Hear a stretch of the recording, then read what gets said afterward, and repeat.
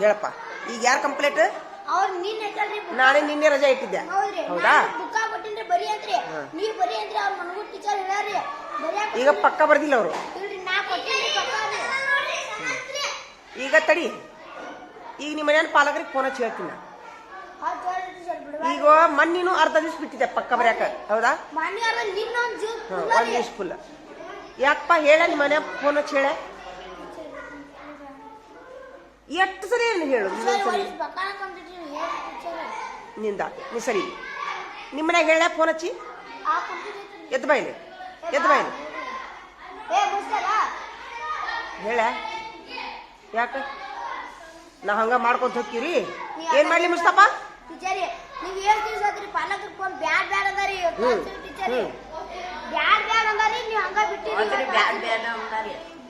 ಅವ್ರಿಗೆ ಇದು ಆಗ್ಬಿಟ್ಟದ, ಹೆಂಗ ಸಡ್ಲ್ ಅಂತೀರಲ್ಲ ಬಿಟ್ಬಿಡ್ತಾರ. ಈಗ ಸುಮ್ಮೀರಿ, ಈಗ ನಾ ಪಾಠ ಹೇಳ್ತೀನಿ, ಈ ಸದ್ದ ಪಾಠ ಹೇಳ್ತೀನಿ. ನನಗೇನು ಗೊತ್ತಿಲ್ಲ, ನಾನು ಇಷ್ಟೊತ್ತಿನಾಗ ಬೇಕು ಪಕ್ಕ. ಹಂಗಂದ್ರೆ ನಾ ಫೋನ್ ಹಚ್ಚಿ ಹೇಳುದಿಲ್ಲ. ಒಪ್ಪಿಗೆ ಐತಾ? ಮತ್ ಪ್ರಶ್ನೋತ್ತರನ ಹಾಕೊಟ್ಟಿನ ನಿಮ್ಗೆ, ಪ್ರಶ್ನೋತ್ತರ ಹಾಕೊಟ್ಟಿನಿಲ್ಲ. ನಾಳೆ ಇಷ್ಟೊತ್ತಾಗ ಬೇಕು, ಇವತ್ತು ಪಾಠ ಹೇಳ್ತೀನಿ ಸದ್ದ. ಒಪ್ಪಿಗೆ ಐತಾ? ಬಾರ ಇಲ್ಲಿ, ನೀವು ನಡ್ರಿ, ಬಾಯಿಲಿ ನೀವು ನಡ್ರಿ. ನೀವು ನಿಮ್ಮ ಮನ್ಯಾಗ ಫೋನ್ ಹಚ್ಚಿ ಹೇಳು. ಹೆಂಗ್ ಮಾಡ್ಲಿ? ನಿನ್ನ ಇಡೀ ದಿವ್ಸ ಏನ್ ಮಾಡಿದ್ರಿ?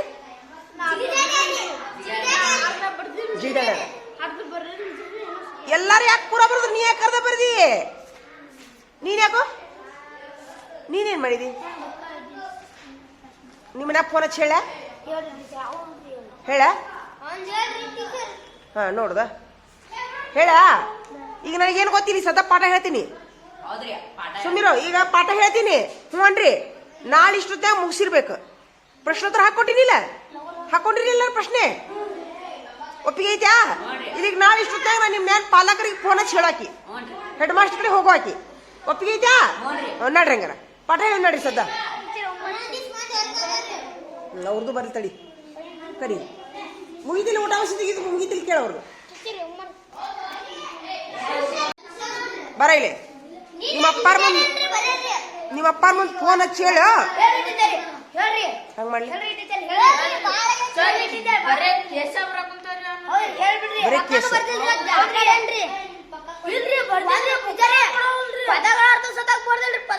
ಅದು ಇಲ್ಲ ಮುಟ್ಟ ಇಲ್ಲ. ನೀನು ಇಡೀ ದಿವಸ ಏನ್ ಮಾಡಿದೆ?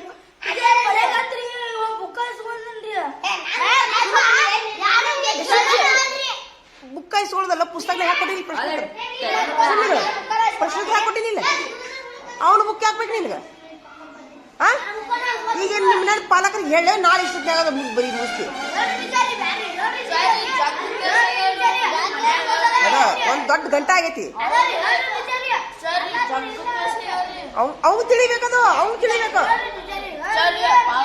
ಈಗ ಸುಮ್ಮನೆ ಇವತ್ತೊಂದಿಷ್ಟು ಟೈಮ್ ಬಿಡುನು. ಇಲ್ಲ, ಇದೊಂದು ಟೈಮ್ ಕೊಡುನು. ಏನಪ್ಪಾ, ಅವಂಗ ನಾಳೆ ಇಷ್ಟೊತ್ತಾಗ ನನಗೆ ಪಕ್ಕ ಬೇಕು. ಹಾ, ಇಲ್ಲಿಕಂದ್ರೆ ನಾ ಪಾಲಕರಿಗೆ ಫೋನ್ ಹಚ್ಚಿ ಹೇಳಾಕಿ, ಹೆಡ್ ಮಾಸ್ಟರ್ ಮುಂದೆ ಹೇಳಾಕಿ. ಒಪ್ಪಿಗೆ ಐತಾ? ನಡ್ರಿ ಹಂಗಾರ ಪಾಠ ಹೇಳು ನಡ್ರಿ. ಎಲ್ಲಾರ್ದು ಮುಗಿತಾ ಕೇಸ? ನಡಿ ತಾರಿ. ಹಾ, ಓ ವೆರಿ ಗುಡ್, ಸೂಪರ್. ಅಕ್ಷರ ದುಂಡಾಗ್ಯಾವು, ಅಡ್ಡಿ ಇಲ್ಲ. ಕನ್ನಡ ಇಂಗ್ಲೀಷ್ ನಡಿ. ಕರ್ಕೊಂಬ, ಸಾಕು ಕರ್ಕೊಂಬ ಅವ್ರನ್ನ. ಸಾಕು ಬಾ, ಬರ್ರಿ ಸಾಕು ಬರ್ರಿ.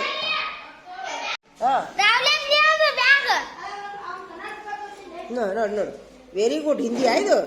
ಹಿಂದಿಗೆ 10 ಮಾರ್ಕ್ಸ್ ಹಾಕ್ತೀನಿ ನೋಡು. ಹಿಂದಿಗೆ 10, ವೆರಿ ಗುಡ್. ಇದು ಯಾರ್ದಿದೆ?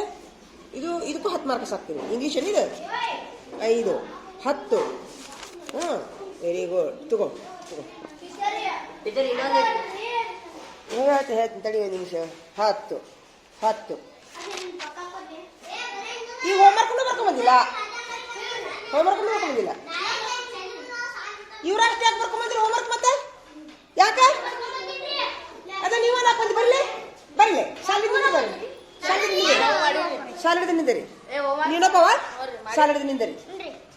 ಇದ್ರಾಗೂ ಫೇಲ್. ಯಾಕಪ್ಪ? ನೀವೇನು ಹೋಮ್ವರ್ಕ್ ಮಾಡ್ತಿರೋ ನೋಡೋಣ. ಹಾ ನೋಡ್ದ, ಹಾಕಿದ್ಯಾ? ಸೂಪರ್. ಎಷ್ಟು 20 ಮಾರ್ಕ್ಸ್ ಹಾಕಿ ನೋಡಿದ್ದೆ. ಅಕ್ಷರ ಮಾತ್ರ ತುಂಬ ದುಂಡಾಗ್ಯಾವ. ಇದಕ್ಕೂ 15 ಮಾರ್ಕ್ಸ್ ಹಾಕ್ತೀವಿ. ಸೂಪರ್. ಚಪ್ಪಾಳೆ ಹೊಡ್ರಿ, ಇವ್ರು 4 ಮಂದಿಗೆ ಚಪ್ಪಾಳೆ ಹೊಡ್ರಿ. ಇಲ್ಲಿ ಹೆಡ್ ಮಾಸ್ಟರ್ ಮುಂದೆ ಕರ್ಕೊಂಡೋಗಿಂತ ಕೇಸ್ ಮಾಡೇ ಬಿಡೋಣ ಇದು ಒಂದು.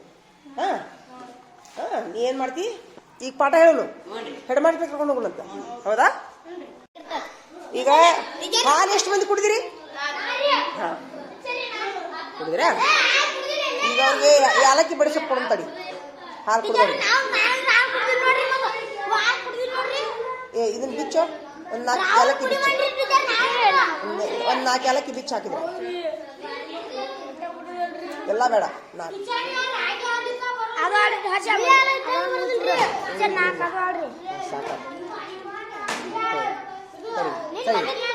ಎಲ್ಲರಿಗೆ 4 ಕಾಳು ಕೊಟ್ಬಾರ. ಏಲಕ್ಕಿನ ಇದು ಬೇಡ ಸರಿ. ಕೈ ಆಗ್ತೋ ಇಲ್ಲಿ 2 ಕಾಳು, 2 ಕಾಳು ಇದು ಏಲಕ್ಕಿ ತೊಗೊಳ್ಳೋ ಸ್ವಲ್ಪ ತಗೋ. ಮುಗಿಸ್ಕೊಂಬ ಎಲ್ಲರಿಗೂ. ಹ್ಞೂ, ಹಾಲು ಕುಡಿದ್ರೆ ಕೊಡು ಕೊಡು ಕೊಡು. ಹಂಗೆ ಅವ್ರ ಹೊರಗೆ ಮುಂದೆ ಹೇಳ್ತೀನಿ, ಹಾಲು ಯಾಕೆ ಕುಡಿದ್ರು ಅದು ಗೊತ್ತಾಗ. ಸ್ವಲ್ಪ ಕೊಡು. ಹ್ಞೂ, ಸಾಕು. ತರ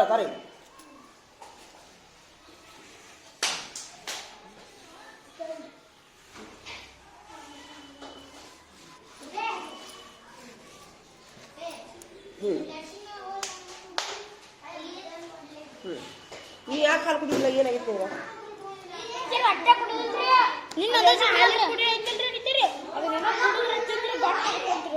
ಶಕ್ತಿ ಬರ್ತೈತಿ. ಓ, ಶಕ್ತಿ ಬರ್ತಾ. ಒಂದು ಗ್ಲಾಸ್ ರಾಗಿ ಮಾಟ್ 20-30 ರೂಪಾಯಿ ಹೊರಗ. ನೋಡಿ ಪಾಠ ನೋಡಿ. 7ನೇ ಪಾಠ ಹೇಳೋಣ.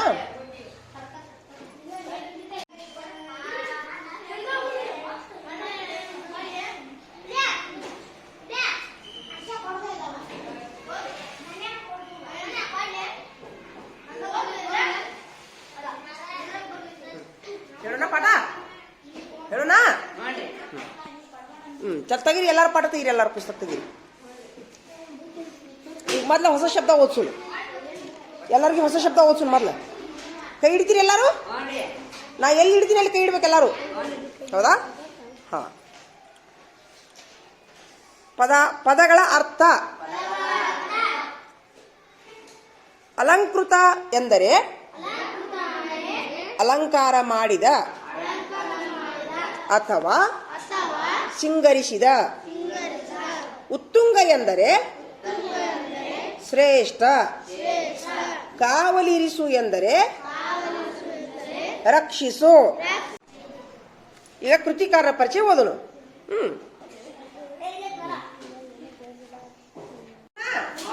ಎಲ್ಲರೂ ಕೃತಿಕಾರರ ಪರಿಚಯ. ಡಾಕ್ಟರ್ ನಾನು ಹಂಗ ಓದ್ತೀನಿ, ನೀವು ಕೇಳಿ. ಡಾಕ್ಟರ್ ಬಸವರಾಜ ಹದ್ದಿಯವರು 10/6/1955 ಬಾಗಲಕೋಟೆ ಜಿಲ್ಲೆಯ ಬೇವೂರಿನಲ್ಲಿ ಜನಿಸಿದರು. ತಂದೆ ಚೆನ್ನಪ್ಪ, ತಾಯಿ ಚೆನ್ನವ್ವ. ಲೇಖಕರು 1997ರಲ್ಲಿ ಮುಳುಗುಂದದ ಬಾಲಲೀಲ ಮಹಾಂತ ಶಿವಯೋಗಿಗಳ ಕುರಿತು ಮಹಾಪ್ರಬಂಧಕ್ಕೆ ಡಾಕ್ಟರೇಟ್ ಪದವಿ ಪಡೆದಿದ್ದಾರೆ. ಶ್ರೀ ತಮ್ಮಣ್ಣಪ್ಪ ಚಿಕ್ಕೋಡಿ ಕಲಾ ಮಹಾವಿದ್ಯಾಲಯದಲ್ಲಿ ಕಳೆದ 25 ವರ್ಷಗಳಿಂದ ಸೇವೆ. ಇದ್ರ ಕೌಶಲ ಏನಪ್ಪಾ ಅಂತಂದ್ರೆ ಬರೆಯೋದು. ಸಾಮರ್ಥ್ಯ ಏನಪ್ಪಾ ಅಂತಂದ್ರೆ ಸರಳ ಕ್ರಿಯಾತ್ಮಕ ಸಾಂದರ್ಭಿಕ ಭಾಷಾಂಶ ನಿಯಮಗಳನ್ನು ಅರ್ಥ ಮಾಡಿಕೊಂಡು ಅವುಗಳನ್ನು ಬರವಣಿಗೆಯಲ್ಲಿ ಬಳಸುವುದು. ಹೆಸರುವಾಸಿಯಾಗಿದೆ.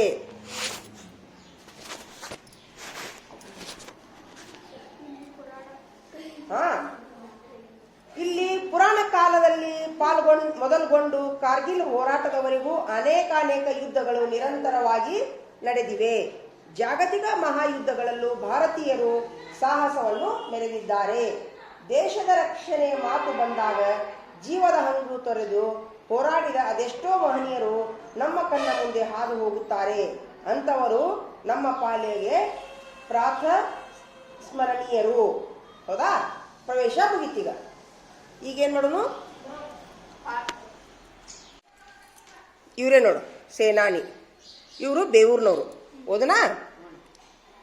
ಭಾರತದಲ್ಲಿ ಅನೇಕ ಜನ ಮೇಧಾವಿಗಳು, ವೀರ ಯೋಧರು, ವಿಜ್ಞಾನಿಗಳು, ಸಾಧಕರು ಜನ್ಮ ತಾಳಿದ್ದಾರೆ. ಅಂತಹ ಸಾಧಕರ ಸಾಲಿನಲ್ಲಿ ಧೀರ ಸೇನಾನಿ ಮಹಾದಂಡನಾಯಕ ಜನರಲ್ ಜಿ ಬೇವೂರರು ಒಬ್ಬರು. ಕರ್ನಾಟಕದ ಬಾಗಲಕೋಟೆ ಜಿಲ್ಲೆಯ ಬೇವೂರ್ ಗ್ರಾಮದವರಾದ ಸರ್ ಗುರುನಾಥ್ ರಾವ್ ಹಾಗೂ ರುಕ್ಮಿಣಿಬಾಯಿಯವರ ಪುತ್ರನೇ ಗೋಪಾಲ್ ರಾವ್. ಇವರು ದಿನಾಂಕ 10/8/1916 ಜನಿಸಿದರು. ತಂದೆಯ ಮಾರ್ಗದರ್ಶನ, ತಾಯಿಯ ದೇಶಾಭಿಮಾನ ಭಾವನೆಗಳೊಂದಿಗೆ ಗೋಪಾಲರಾಯರು ಬೆಳೆದರು. ಕೈ ಇಡ್ರಿ, ಎಲ್ಲರೂ ಕೈ ಇಡಬೇಕು. ಜನರಲ್ ಜಿ ಬೇವೂರರೊಳಗಿನ ನಿಜವಾದ ಯೋಧನನ್ನು ದೇಶ ಗುರುತಿಸಿದ್ದು ಬಾಂಗ್ಲಾ ಯುದ್ಧದಲ್ಲಿ. 1971ರಲ್ಲಿ ಬಾಂಗ್ಲಾದೇಶ ಹಾಗೂ ಪಾಕಿಸ್ತಾನಗಳ ನಡುವೆ ಯುದ್ಧ ನಡೆಯಿತು. ಆ ಯುದ್ಧದಲ್ಲಿ ಪಾಕ್ ಸೈನಿಕರು ಮಾನವ ಹಕ್ಕುಗಳನ್ನು ಉಲ್ಲಂಘಿಸಿದರು. ಕೈ ಇಡಬೇಕು, ಕೈ ಇಡಿ. ಬಾಂಗ್ಲಾ ಸ್ವಾತಂತ್ರ್ಯ ಹೋರಾಟದಲ್ಲಿ ಬಾಂಗ್ಲಾದೇಶಕ್ಕೆ ಭಾರತ ಸೇನೆ ಸಹಕರಿಸಿತು. ಆಗ ಬೇವೂರರು ಪಶ್ಚಿಮ ಪಾಕಿಸ್ತಾನದ ಕಡೆಗೆ ನುಗ್ಗಿದರು. ಸೇನಾ ತುಕಡಿಯ ಮುಖ್ಯಸ್ಥರಾಗಿ ರಾಜಸ್ಥಾನ ಮತ್ತು ಕಚ್ಚದ ದುರ್ಗಮ ಪ್ರದೇಶಗಳಲ್ಲಿ ಸಾವಿರಾರು ಚದರ ಮೈಲಿ ಪಾಕ್ ನೆಲವನ್ನು ಆಕ್ರಮಿಸಿಕೊಂಡರು.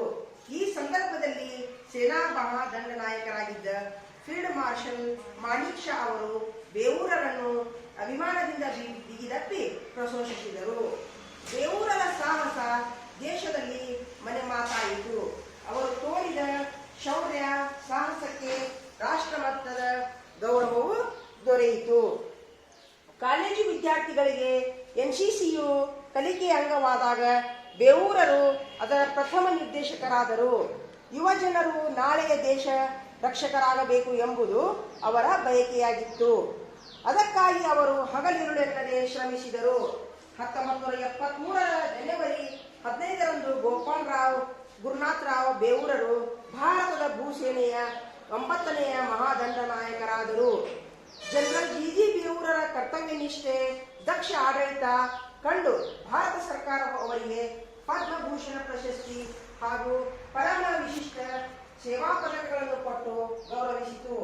ಮುಂದೆ ಡಾರ್ಜಿಲಿಂಗ್ನಲ್ಲಿ ಕಟ್ಟಿಸಿದ ಯುದ್ಧ ಸ್ಮಾರಕ ಭವನಕ್ಕೆ ಜನರಲ್ ಜಿ ಬೇವೂರರ ಹೆಸರಿಡಲಾಯಿತು.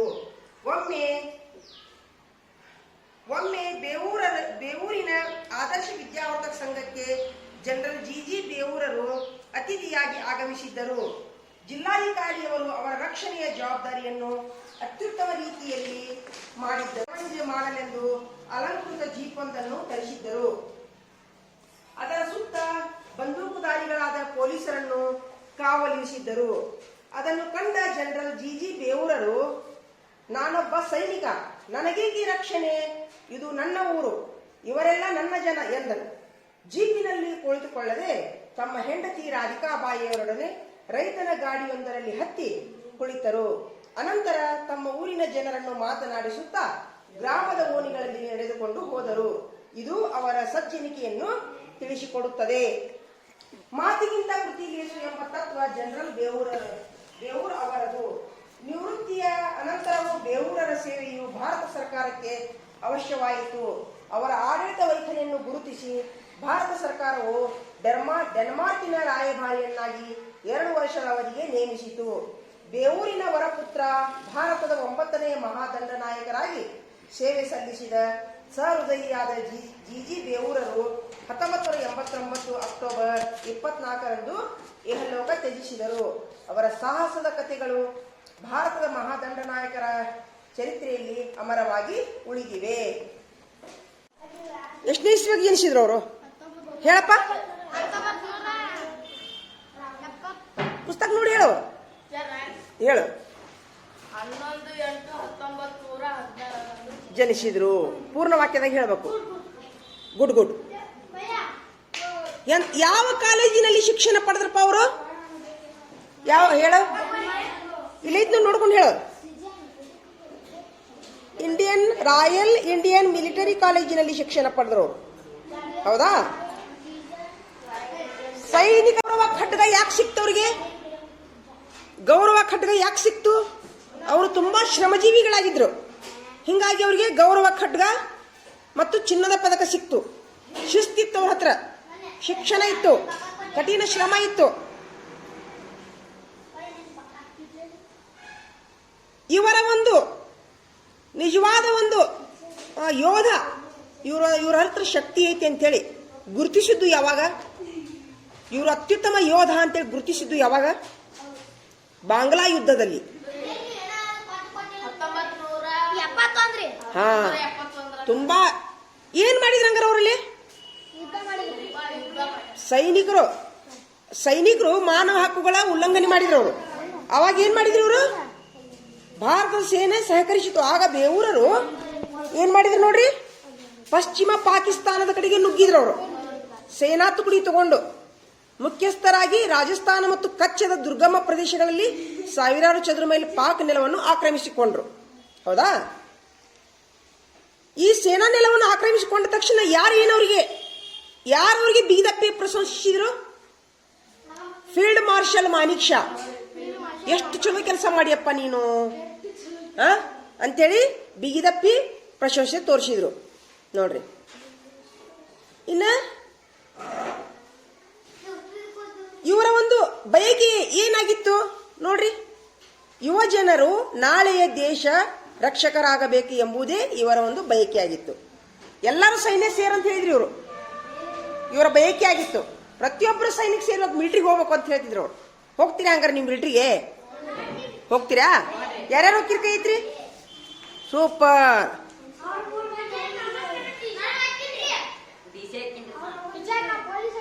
ಪೊಲೀಸ್ ಹಾಕಿರಾ? ಹಾ ನೋಡ್ರಿ. ಹಾ,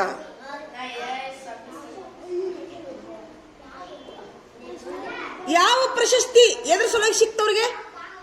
ಭಾರತ ಸರ್ಕಾರ ಕೊಡ್ತವ್ರಿಗೆ ಒಂದು ಪ್ರಶಸ್ತಿ. ಯಾವ್ದದು? ಪದ್ಮಭೂಷಣ. ಹಾ, ಎದ್ರ ಸಲುವಾಗಿ ಕೊಟ್ರು ನೋಡ್ರಿ? ಎದ್ರ ಸಲುವಾಗಿ ಕೊಟ್ರು ಪದ್ಮಭೂಷಣ್ ಪ್ರಶಸ್ತಿ ನೋಡ್ರಿ? ಕರ್ತವ್ಯ ನಿಷ್ಠೆ, ಕೈ ತಕೊಂಬ, ಕೈ ತಕೊಂಬ. ಕರ್ತವ್ಯ ನಿಷ್ಠೆ, ದಕ್ಷ ಆಡಳಿತ ಕಂಡು ಭಾರತ ಸರ್ಕಾರವು ಅವರಿಗೆ ಪದ್ಮಭೂಷಣ್ ಪ್ರಶಸ್ತಿ ಕೊಡ್ತು.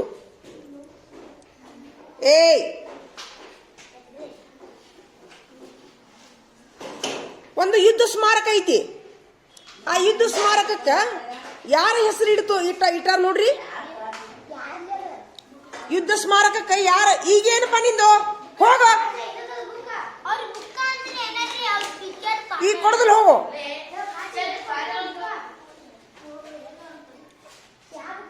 ಹೇಳ್ರಿ.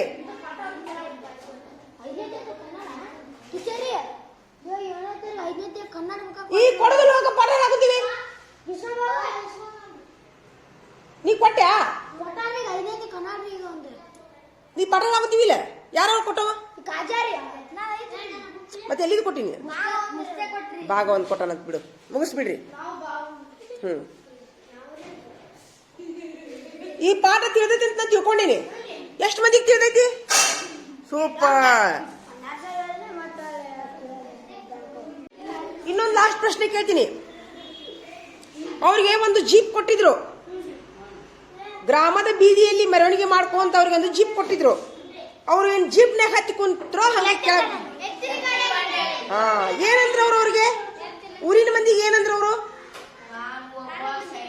ಹಾ, ಸೂಪರ್. ನೋಡುದ, ಬಂಡಿ ಮೇಲೆ ಹತ್ತಿ ಮಂದಿಗೆ ಮಾತಾಡ್ಸ್ಕೊಂತ ಹೋದ್ರು. ಆರಾಮದಿರೇನ್ರಿ, ಹೆಂಗದಿರಿ? ಸೂಪರ್. ಅವರ ಸಜ್ಜಿಗನಿಕೆಯನ್ನು ತಿಳಿಸಿಕೊಡುತ್ತದೆ ಜನ.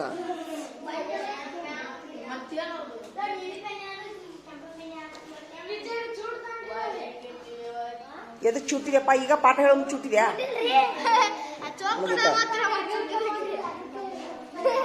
ಪಾಠ ಓದ್ರಿ. ನಿಮ್ಗೆ ಏನ್ರ ಪ್ರಶ್ನೆ ಇದ್ರೆ ಕೇಳಾಕ 10 ನಿಮಿಷ ಟೈಮ್ ಕೊಡ್ತೀನಿ ನಾ. ಈಗ ಚಾಲು ಮಾಡ್ರಿ, ಪಟ ಪಟ ಕೇಳ್ರಿ. ಏನ್ರ ನಿಮ್ಗೆ ಅದ್ರ ತಿಳಿಲಿಕ್ಕಂದ್ರ ಸಮಸ್ಯೆ ಇತ್ತಂದ್ರ ಕೇಳಾಕ 10 ನಿಮಿಷ ಟೈಮ್ ಕೊಡ್ತೀನಿ. ಓದ್ರಿ, ಬಡ ಬಡ ಓದ್ರಿ. ಇಲ್ಲೇ ಕುಂದ್ರಿ, ಇಲ್ಲೇ ಅವಕಾಶ ಐತಿ. ಎಲ್ಲಾ ತಿಳಿದೈತಿ ಅಂದ್ರೆ ಓಕೆ. ಎಲ್ಲಾ ತಿಳಿದೈತಿ ಅನ್ನೋರ್ ಕೈ ಐತ್ರಿ ಮೊದ್ಲು. ಈಗ ಪಾಠ ಎಷ್ಟು ಮಂದಿಗೆ ತಿಳಿತು? ಹಾ, ಪ್ರಶ್ನೆ ಯಾರ ಕಡೆ ಇದಾವು? ಪ್ರಶ್ನೆ ಕೇಳ್ತೀನಿ ಅನ್ನೋರು 10 ನಿಮಿಷ ಟೈಮ್ ತಗೋರಿ. ಪ್ರಶ್ನೆ ಕೇಳ್ತೀನಿ ಅವ್ರು 10 ನಿಮಿಷ ಟೈಮ್ ಯಾರು ತಗೊಂತೀರಿ? 10 ನಿಮಿಷ ಟೈಮ್ ತಗೊಳ್ಳೋರು ಕೈ ಎತ್ರಿ. ಯಾರಿಗೂ ಬೇಡ? 10 ನಿಮಿಷ ಟೈಮ್ ಯಾರಿಗೂ ಬೇಡ? ಮುಸ್ತಫಾ ಬೇಕಾ? ಬೇಡ ಪಾಠ ತಿಳಿದೈತಾ ಹಂಗಾರೆ ಈಗ ಪಕ್ಕ ಬರೀಬೇಕಲ್ಲ ಪ್ರಶ್ನೆ ಉತ್ತರ ಹಾಕೊಟ್ಟಿ ನೀನೆ ಹಾಕೊಟ್ಟಿನಿಲ್ಲ